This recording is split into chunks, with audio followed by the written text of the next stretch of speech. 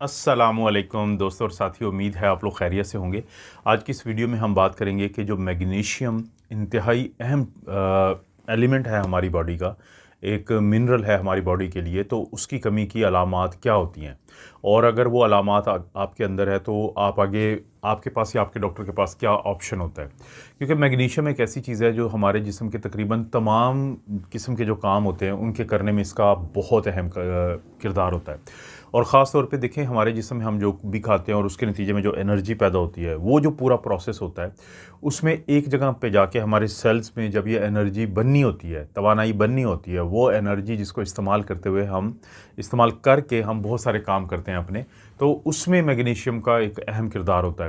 और वो लोग जिनके अंदर मैग्नीशियम की कमी हो जाए और उनके अंदर ये एनर्जी कम पैदा हो, तो वो फिर थोड़ा उनके अंदर आपको बात करके महसूस होता है कि उनके अंदर जैसे कि एनर्जी कम है, फिर वो काम करते हैं तो जल्दी थक जाते हैं और हर वक्त कमज़ोरी की जो है वो शिकायत करते रहते हैं। तो ऐसे मौक़ों पे जब किसी और चीज़ की समझ ना आए तो आपका एक समझदार डॉक्टर जो होगा वो आपका मैग्नीशियम का ब्लड लेवल चेक करवाएगा। तो एक ये चीज़ है। इसके बाद बहुत सारे ऐसे लोग भी होते हैं जिनको देखें, जो मैग्नीशियम है वो आपके मसल्स की जो पावर होती है, ताकत होती है, काम करते हुए जब वो कॉन्ट्रैक्ट करते हैं, जब वो सिकुड़ते हैं और आप कोई चीज़ को उठाते हैं, तो इस पूरे प्रोसेस के अंदर मैग्नीशियम का अहम किरदार होता है। और जिन लोगों में मैग्नीशियम की कमी हो जाए तो उनको मसल्स जो हैं वो उनके कमज़ोर पड़ जाते हैं। फिर बाज़ औक़ात आपके जिस्म का कोई सा फड़फड़ाता है, ट्विचिंग होती है, बाज़ औक़ात लोगों को टांगों में होती है, बाज़ औक़ात रात को जब लोग सोते हैं तो उनको उनकी जो टांगें वो काफ़ी बेचैन रहती हैं। तो जब भी इस तरह का कोई प्रॉब्लम होता है तो इसका मतलब है कि जो मसल्स की फंक्शनिंग है वो मुतासर हुई हुई है। तो बहुत सारी दूसरी वजूहात के साथ साथ मैग्नीशियम की कमी को भी फिर तलाश किया जाता है। इसके बाद बारी आती है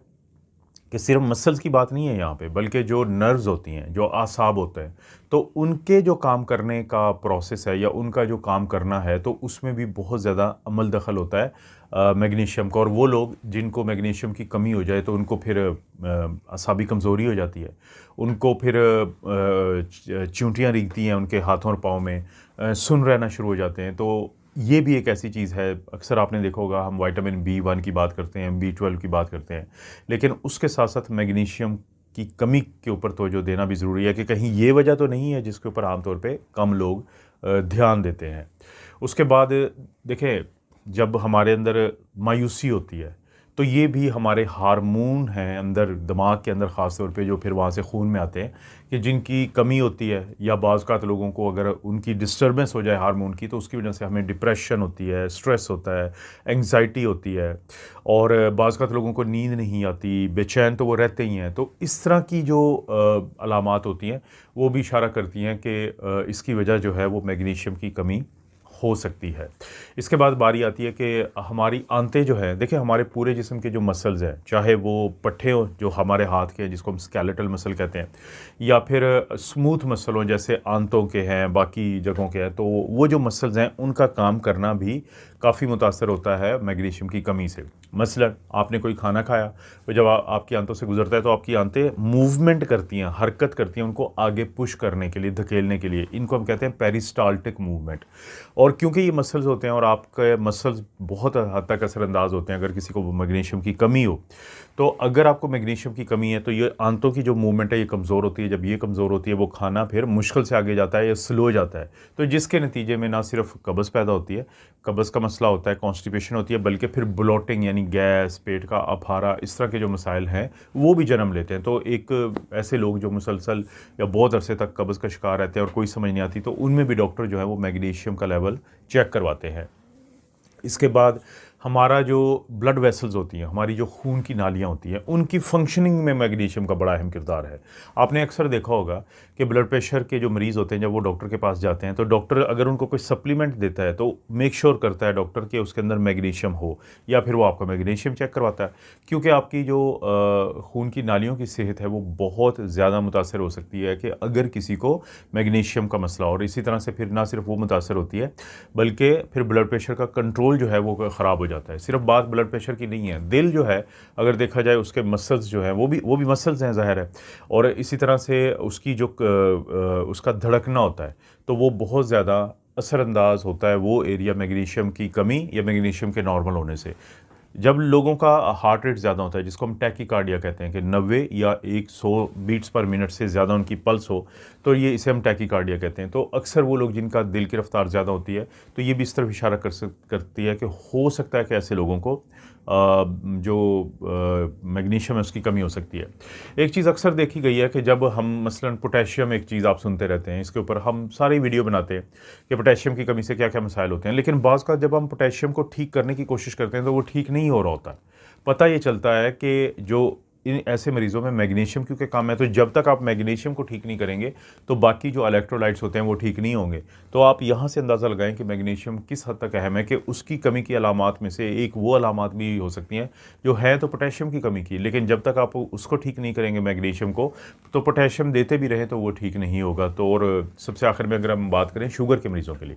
अक्सर शुगर के मरीज़ों को भी कहा जाता है कि आप जो है मैग्नीशियम की कमी मत होने दें, अगर है तो उसको ठीक करवाएं डॉक्टर से बात करके और मालूम करें कि वाकई आपको है, क्योंकि आपकी शुगर का जो कंट्रोल है, जो इंसुलिन ने काम करना है, जिसको हम इंसुलिन सेंसिटिविटी कहते हैं, तो वो कमज़ोर पड़ जाती है, यानी इंसुलिन की रेजिस्टेंस होती है। लेकिन ये देखा गया कि जब मैग्नीशियम की कमी को पूरा कर लिया जाता है तो इंसुलिन के काम करने की सलाहियत बेहतर होती है, और शुगर के मरीज़ों में, या वो लोग जो अभी शुगर के मरीज़ तो नहीं बने हैं लेकिन उनकी शुगर थोड़ा ऊपर रहती है, तो उनका कंट्रोल बहुत बेहतर हो जाता है अगर मैग्नीशियम की कमी को ठीक कर दिया जाए। तो ये थी अलामात। इनमें से आपके अंदर एक या एक से ज़्यादा अलामात हों तो आप अपने डॉक्टर के पास जाएंगे, मेडिकल स्पेशलिस्ट के पास जाएंगे।